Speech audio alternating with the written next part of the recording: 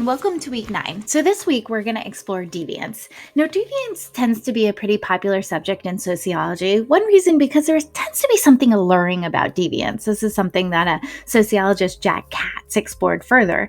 Another reason deviance is interesting is because when people engage in deviant acts, they can harm people and harm society. So we're concerned about it. It contributes to problems in society, and we want to know why it happens so that we can fix it.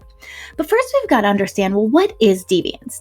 Deviance is something that departs from the social norm and also generates a negative reaction. So you might be looking at this picture here and thinking, oh, grubs on a skewer, that's disgusting. Or, ooh, grubs on a skewer, how delicious.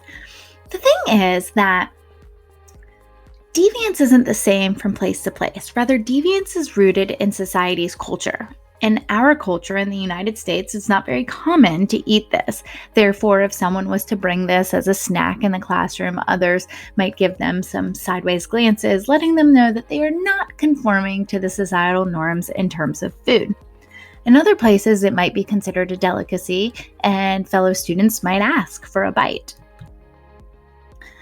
Smoking marijuana in the state of Virginia, it's something that's considered criminal and therefore linked as a deviant activity. But if you were to go to Colorado or Oregon, no longer would it be considered deviant. Lastly, this image demonstrates close talking. I'll provide a link below to an episode on Seinfeld where they explore the deviant action of close talking. Now, sociologists have tried to explain why people engage in deviant behavior. Other disciplines like biology and psychology have also explored why people do things that are against the norm. One thing sociologists do point out is that when we look at the imprisoned population, the majority of people in prison have normal psychological evaluation. So perhaps that's not the only reason for deviant behavior, and other things might be taking place. Now, structural functionalists believe that deviance performs certain important functions or serves important functions for society. Durkheim being the sociologist exploring deviance from a structural functionalist perspective. And Durkheim concluded that deviance actually serves to clarify moral boundary, particularly as people respond to deviance. So, witches, or those people who were accused to be witches as part of the Salem witch trial, often so were chosen because of deviant activities they engaged in. And by identifying them as witches and responding to them as witches, it kind of let everybody else know, hey, those actions that person was engaging in are not okay. It clarifies the boundaries between what society says is okay or not okay. Another thing that deviance does from a structural functionalist perspective is promote social cohesion. So August 12th, 2017, when white nationalists came to Charlottesville, resulting in the death of Heather Heyer and 2 state troopers, not to mention a number of casualties. The response to this deviant action were a vigil across the UVA lawn, but not just a response and cohesion between the Charlottesville community, but communities across the United States. And here we see a flyer of people getting together in solidarity in Oakland, California. A third thing that deviance does is that it encourages social change. So while we saw the shooting at the Marjory Stoneman Douglas High School in Florida last year, in response to that, students and individuals across the United States called for gun reform, called for laws that would address deviant behavior like the one that they had experienced and witnessed at their high school. And to be honest, if we never had Elvis Presley dance like this, would we have Beyonce today? Merton, we've talked about him before with latent and manifest functions back associated with chapter 1. Merton also explores deviance from a structural functionalist perspective. And Merton is really interested in how deviance results between the things that people want to achieve, or the goals that people want to achieve in society, and their ability to reach those goals. So Merton says there are goals that people want to achieve, but they can't reach those goals. And this creates stress or strain in their lives, right? And so that the extent and the kind of deviance depends on whether people have the means, have the ability to achieve cultural goals. And in the United States, our cultural goals tend to be defined as material success.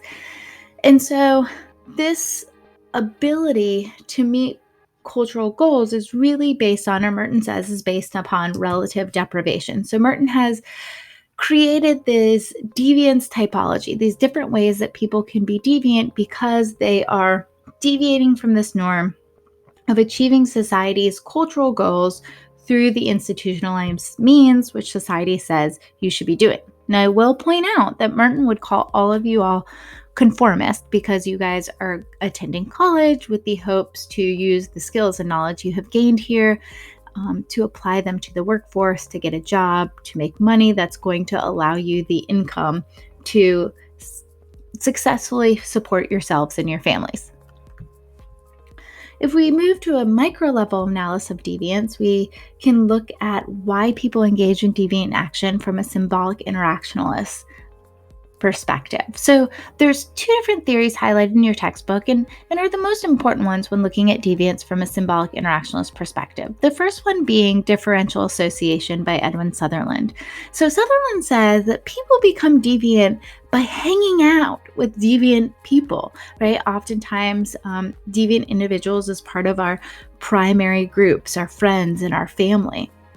If you think about it, growing up, there might have been a group of people that your parents really didn't want you hanging around with, and perhaps even forbid you to socialize with, quote unquote, those kids. And if this was your experience, or maybe you've seen something like this replicated in media, it's reinforcing this idea of differential association, that we can learn to be deviant by hanging around with deviant people. Another theory, it's a little more involved theory, is labeling theory, a theory developed by Howard Becker. So Howard Becker said deviance isn't so much about what a person does, but how others respond to that deviance. Again, it's not so much about the action, but rather the response. So one example is if you take a roommate's sweater, right? You go into you need something to wear, it's cold outside, you go into your roommate's closet, you grab a sweater, you put it on and you wear it. And you come home and your roommate is completely ticked off because you're wearing their sweater. Now, that's a deviant action. You've done something without asking. It certainly generated a negative response in your roommate, but quite different response than if you're cold, you don't have anything to wear, you go to the local department store, you grab a sweater off the rack, you put it on and walk out of the store. It's going to be a different response, probably a criminal response. The label is going to be applied differently. And therefore, the consequences are going to be differently as well. So, labeling theory really explores the social construction of reality within deviance. Again, this response to what people do. Becker says that deviance is caused by external judgments which change the way that others respond to a person as well as a person's self-concept. And Becker said this happens with primary and secondary deviance, with the primary deviation being the act a person that a person engages in, getting them the label of deviant applied to them, and secondary deviance being the deviance an individual engages in because they have internalized that deviant label and therefore engaged in deviant behavior. In connection with this is this term stigma. Stigma, a term coined by sociologist Erving Goffman, who we talked about back in chapter 4 with impression management, or perhaps it was chapter 5, excuse me. And Goffman says that a stigma is a powerfully negative label, one that can devalue a person or a group's identity. And if we go back to pages 193 to 194, you're introduced to some research done by Pager. And Pager looks at the differences in callbacks by employees the callbacks from employers based upon the race of an individual and whether the individual has any sort of criminal record. And what Pager found is that there was no difference in callback rates between Black males without a criminal record and white males with a criminal record, demonstrating being Black and male in the United States can be a powerfully negative label in which the group that individuals that this group is therefore devalued in such a way that they're discriminated against by employers and perceived as deviant. Along the lines of labeling theory, we can also look at the medicalization of deviance. So the medicalization of deviance transforms deviance from a moral legal issue into a medical condition. And so when this happens, we see that who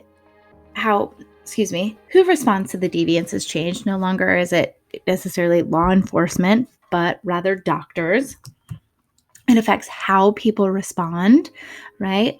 Instead of being punitive, it might be giving or receiving medical care. And then it also judges the personal competence of the deviant person differently. No longer is a person responsible for their behavior, rather they're seen as suffering from a condition. So one of the most common ways we see this is with young children who are diagnosed with ADHD. Rather than punishing a child because they are not conforming to the norms in the classroom, we identify that they have this medical condition, ADHD, and might adapt our response as one, for example, giving a special seat to sit in while you are doing your work to adequately keep your behavior conforming to the norms of the classroom. Conflict theorists say that who or what is defined as deviant is based upon which categories people hold power in society.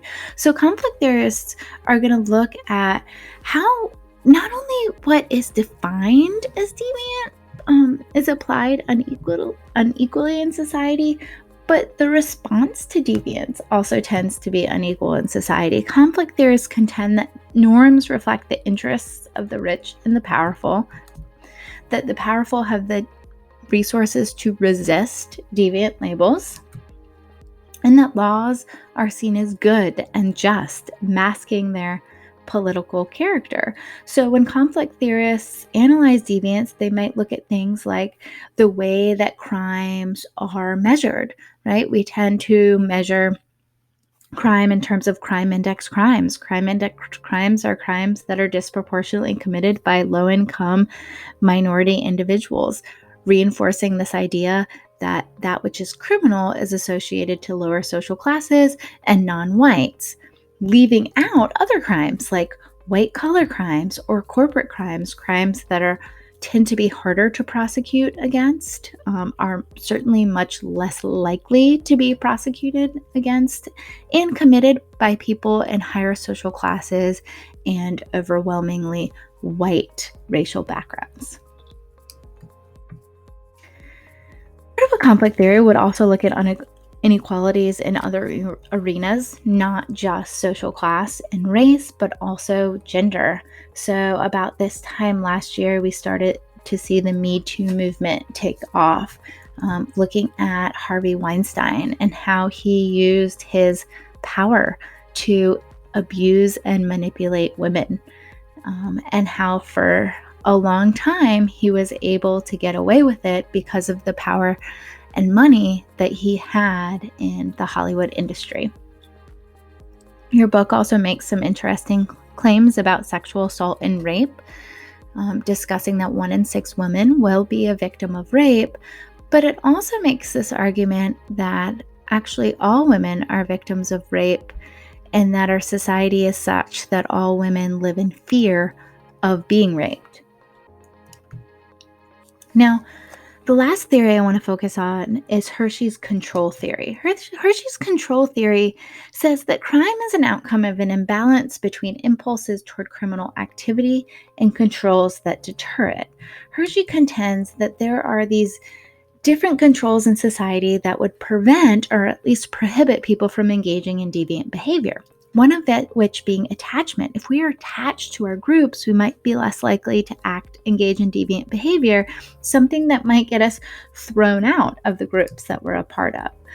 Our commitment, particularly our commitment to our future, right? If you have this commitment to being a Piedmont, Virginia community college student and perhaps transferring to four-year university, you're not going to do something that would compromise that future and your commitment to the future. Involvement, right? If you're part of a club or a team or a group or a band, you might not engage in deviant behavior because, again, it would compromise your involvement with that group. And again, your beliefs, kind of your beliefs in the morals of society, the norms of society, the more that you believe in the expectations within society, the less likely you are going to violate those norms. And I think this theory, along with labeling theory, are really important ones when we think about children engaging in deviant behavior, right?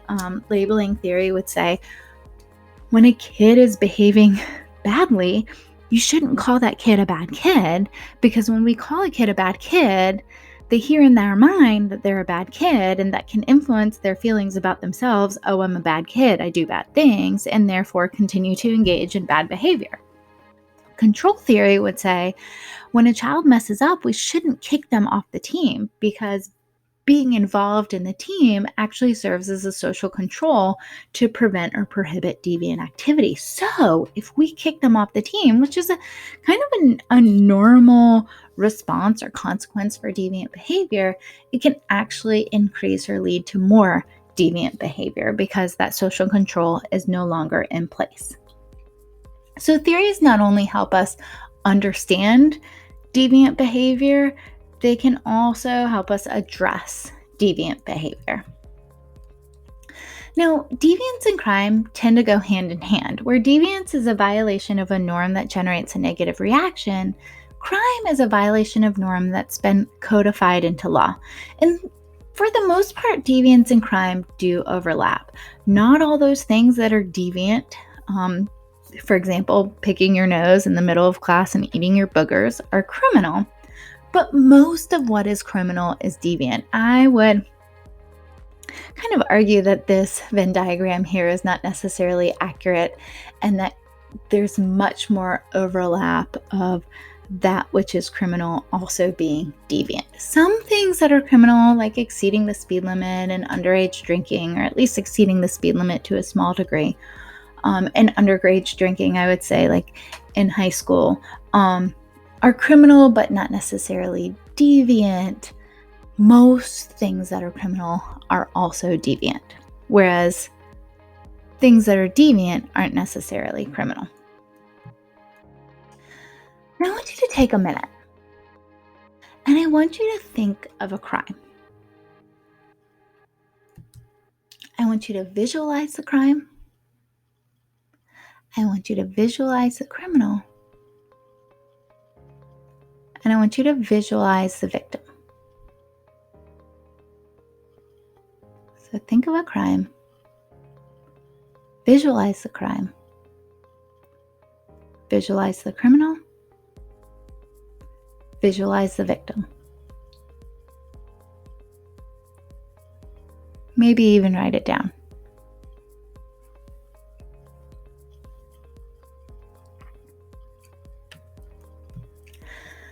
All right, so what I want you to do next, and not necessarily this very moment, but you're free to pause and kind of answer some of these questions. I want you to compare your crime to crime demographics, to crimes that are most likely to take place, and the demographics of those who are most likely considered criminal. And along with this, most likely to be victims of crime. And I want you to think about the conclusions that you can draw. Did the crime you visualize, or was the crime that you visualized consistent with crimes most likely to take place? Was the image of the criminal and the image of their victim consistent with those groups in society that are most likely to engage in criminal behavior or most likely to be victims of crimes? Often when I do this, I overwhelmingly have students think of murder. Overwhelmingly, the perpetrator is a man. The victim is a woman. and sometimes race comes into play. However, murder is a crime that is much less likely to take place compared to other crimes. And I'll talk about this in just a minute, but the victimization rates for women actually tend to be lower than men. 2015 seems to tell a different story, though.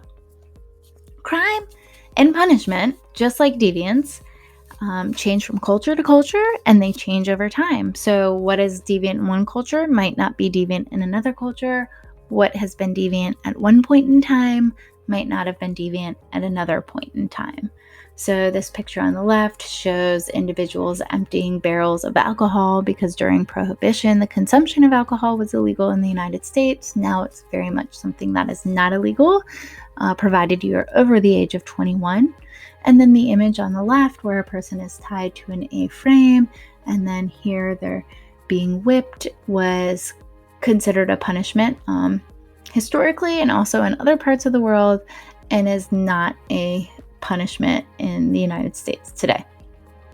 So again, crime, like deviance, is rooted in culture. Now, how do we measure crime? I mentioned earlier that one way we measure crime is by utilizing the FBI uniform crime rate, a statistic that is garnered from the reporting of crime to law enforcement agencies. Interestingly enough, the uniform crime rate only measures those things that are considered to be crime index crimes. So crime index crimes, crimes that include violent crimes, that direct violence or the threat of violence against others, and property crimes, crimes that involve theft of money or property. However, the National Crime Victimization Survey, or the NCVS, shows that nearly half of all crimes go unreported. So the crime rate that's reported to us is actually lower than the amount of crimes that take place in society today. I also talked about, the problem with the UCR is that it only includes those crime index crimes. It's reinforcing ideas about who is criminal, and what types of crimes are concerning to us in society. And it doesn't accurately measure the amount of crime taking place in society. When we look in the crimes in the United States, comparing violent crimes and property crimes, we see that actually property crimes occur at a higher rate than violent crimes, although violent crimes tend to be the ones that we fear and we think of when we think of a crime. And I think that we can probably think about the role of media in reinforcing ideas about violent crime or concerns over violent crime. When we look at victims and perpetrators of crime, we see that victimization or criminal activity are not distributed equally or regardless of things like class, age, gender, and race and ethnicity. So it's hard to measure who exactly engages in criminal behavior, but if we look at rates of arrest, it gives us an idea about what individuals or groups of individuals are engaging in criminal behavior. We see higher arrest rates for those people in lower social classes, individuals between the ages of 15 and 19, males, and then non-whites, particularly Blacks and Hispanics in the United States today. I think that we have to look at ideas about who is criminal, who might catch the eye of law enforcement officers, and what areas of town we might see higher rates of policing, and how these things can contribute to those demographics of arrest rates. When it comes to victimization, we see that these also aren't distributed regardless of gender, race, as well as kind of area. Now, I did want to point out, we see this pretty big disparity between male and female victimization rate, but I went ahead and pulled out 2014 statistics because I was pretty alarmed by that. It's inconsistent with research that I'm familiar with, or trends that I'm familiar with, which tend to show higher rates of victimization among males compared to females. We do see this in 2014, right? 21.1 victims per 1,000 males compared to 19.1 victimizations per 1,000 females in the year 2014. And we see a statistically significant change between 2014 and 15 for male victimization rates. I'm not sure what the driving force behind that is. I did go back to the source, and I'm happy to link that below if you want to take a look. There wasn't any explanation provided. But I want to point that out because that is a discrepancy that certainly existed in 2015, but is different than kind of historical trends with victimization rates. We also see higher victimization rates of Blacks compared to whites, higher victimization rates of individuals living in urban areas compared to rural areas. Now, what happens when people commit crimes? One punishment we see in society is sending individuals to prison. And if we look at this graph, we see that there's been a substantial jump in the prison population. Imprisonment is also not distributed equally or regardless of different social factors. So here we see with race, this chart shows whites, Blacks, and Hispanic percentages in prison. It's really important to note the percentage of Black and Hispanics that are imprisoned in the United States, particularly when we look at the percentage of Blacks and Hispanics that make up the population of the United States. About 12% of the population of the U.S. is Black, whereas 35.4% of the prison population is Black, and about 16% of the U.S. population is Hispanic, whereas 21.6% of the prison population is Hispanic. So we see Blacks and Hispanics are disproportionately represented in the prison population. A considerably smaller percentage of the prison population of females, although this rate is actually increasing pretty quickly.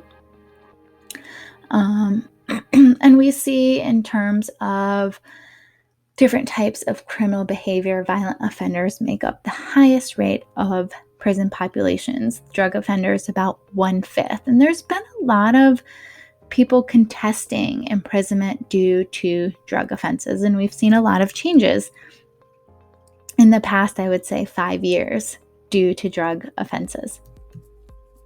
The United States, we're known for having a pretty high rate of incarceration, and I like this little infographic demonstrating the large amount of imprisonment in the United States compared to other nations.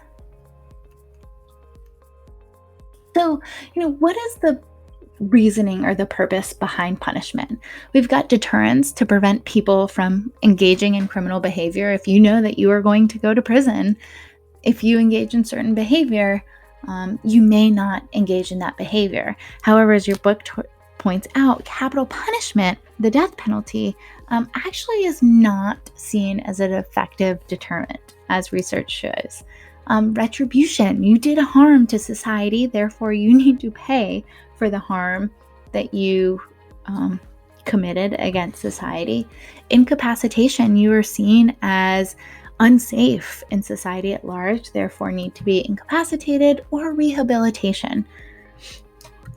One thing that we do see with imprisonment is really high rates of recidivism. So recidivism refers to the rate at which people who are imprisoned return to prison. The recidivism rate in the United States is about 50%. So 1 in 2 people who have been imprisoned will return to prison in the United States. And the discipline of criminology investigates why this is, what opportunities are there for individuals to be truly rehabilitated, incorporated back into society. So one argument for how to reintegrate criminals who have been imprisoned back into society is this concept of restorative justice. Now I'm going to link this video, this TED Talk to restorative justice below, and please look at it as your leisure. It's kind of an interesting approach to punishment, to responding to criminal behavior. Essentially, the foundational principles behind restorative justice is that crimes cause harm, and justice should focus on repairing that harm. So repair should be the focus when responding to criminal behaviors. that the people most affected by the crime should be able to participate in its resolution. Oftentimes in the court system, we have the state kind of prosecute the individual who has committed the crime, leaving out the victim and having any say in how the criminal is prosecuted. And so allowing for an encounter between the victim and the perpetrator, encouraging or allowing at least for the victim to be a part of the resolution of the crime.